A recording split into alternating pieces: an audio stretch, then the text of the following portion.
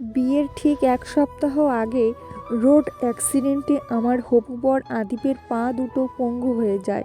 Doctor বলে দেয় পা দুটো ঠিক হবে কি না তার নিশ্চয়তা নেই। হতেও পারে আবার নাও হতে পারে, নাও হওয়ার চান্স বেশি। এ কথা শুনে আমার পরিবার সরাসরি এ বিয়ে ভেঙে দেয়।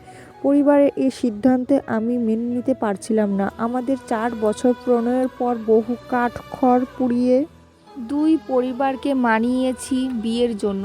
এর মধ্যে আদিপের অ্যাক্সিডেন্ট হওয়ার আমার পরিবার বিয়েটা ভেঙে দিয়েছে। বড় ভাইয়া সবাইকে বলে বুঝিয়েছিল আবেগের কারণে তিশা এখন আদিপকে বিয়ে করতে চাইছে। সারা জীবন আদিপের সেবা যত্ন করতে পারবে না। সবাই ভাইয়ার কথাটাকেই মূল্য দিয়ে আমার বিয়েটা ভেঙে দিয়েছে। আমার পরিবারের সিদ্ধান্ত শুনে হাসপাতালের বেডে শুইয়ে আমার হবু বর আদিপ বলছে তিশা যদি নিজের মুখে কথা বলে তাহলে আমি দ্বিতীয়বার তিশাকে বিয়ে করার দুঃসাহস করব না। এদিকে আমার ভাইয়া আদিপের মুখের ওপরে বলে দিয়েছে পরিবারের বিরুদ্ধে গিয়ে তিশা বিয়ে করবে না। আমি পড়েছি মহা ফ্যাসাদে। এদিকে আমার ভালোবাসা, আরেকদিকে আমার পরিবার।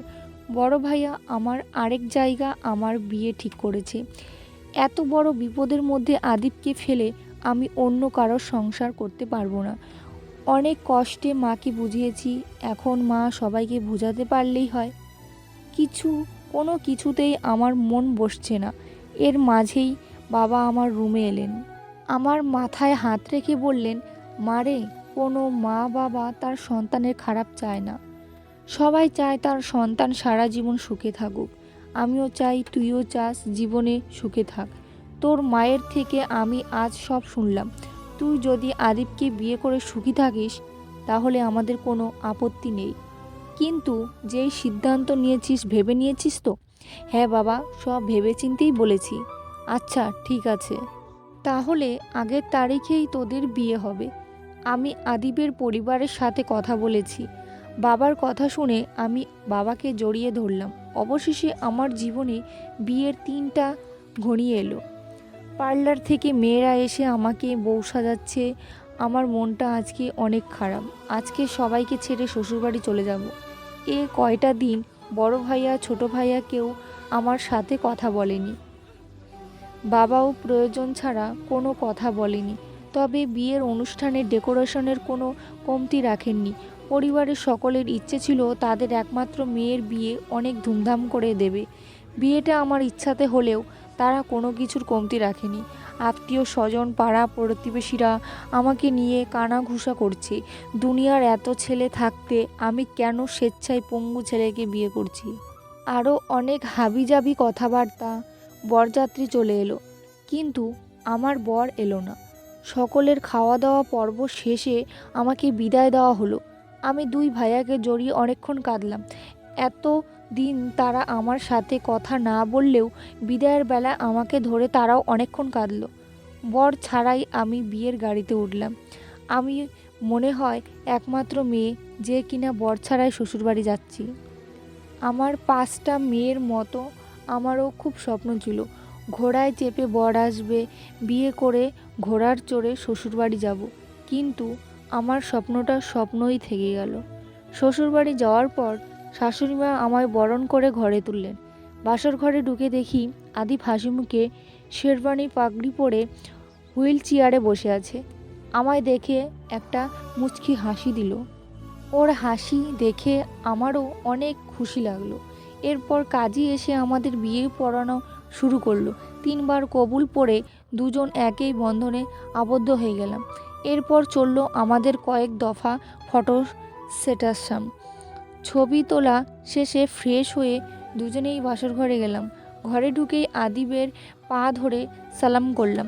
আদিব হতবাক হয়ে আমার দিকে তাকিয়ে বলে, আরে আরে আরে, কি করছো তুমি? পায়ে হাত দিচ্ছ কেন? আমি মুখ ভেকচিয়ে উত্তর দিলাম, কেন সিনেমায় দেখোনি বাসর ঘরে বরকে বউ সালাম করে? আমার কথা শুনে আদিব হা হা করে হেসে দিল। তারপর আমার হাত দুটো ধরে বলল, 4 বছর ধরে আমাকে যেমন ভালোবেসেছো আগামী দিনগুলোতেও ঠিক সেরকম ভালোবেসো। আমাকে কখনো একা করে যেও না। তুমি ছাড়া আমি যে বড্ড অসহায়। তুমি এতদিন আমাকে এই চিনেছো? না না না, আমি তো তা বলিনি।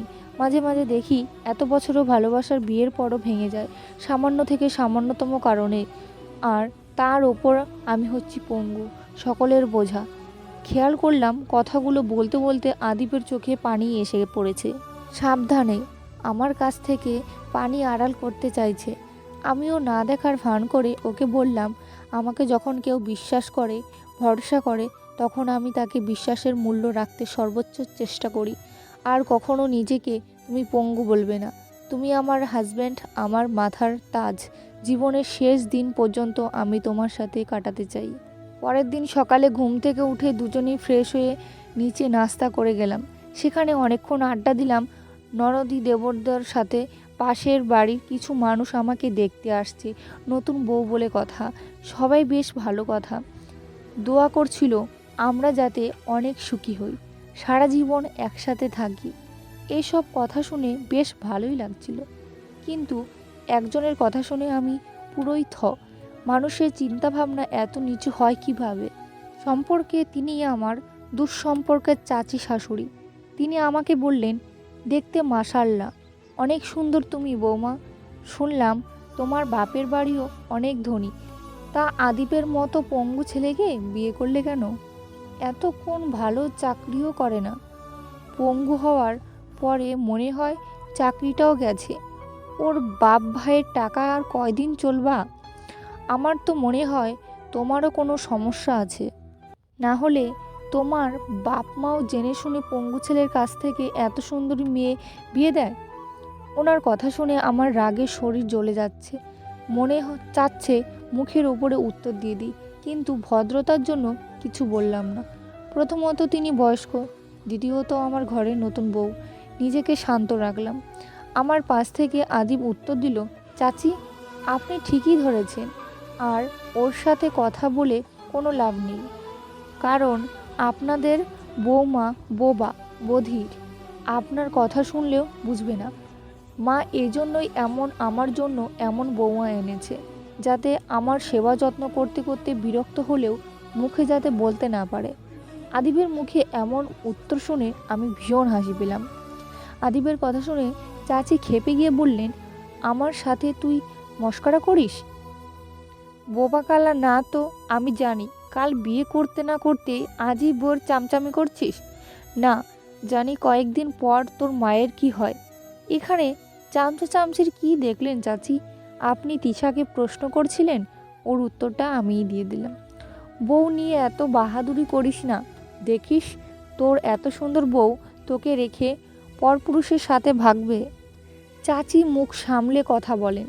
রেগে গিয়ে আদিব আরও কিছু বলতে চাচ্ছিল, আমি চোখের ইশারায় নিষেধ করলাম। এরপর শাশুড়িমা এসে আমাদের রুমে পাঠিয়ে দিল বৌভাতের জন্য রেডি হতে। বৌভাত খুবই বেশি বড় করে হবে না, ঘনিষ্ঠ আত্মীয় স্বজনদের নিয়ে ঘরোয়াভাবে হবে। সাজগোজ করে আমাদের দুজনের রেডি হতে হতে দুপুর হয়ে গেল। আমাদের বাড়ি থেকে বাবা, দুই ভাই কেউ আসলো না।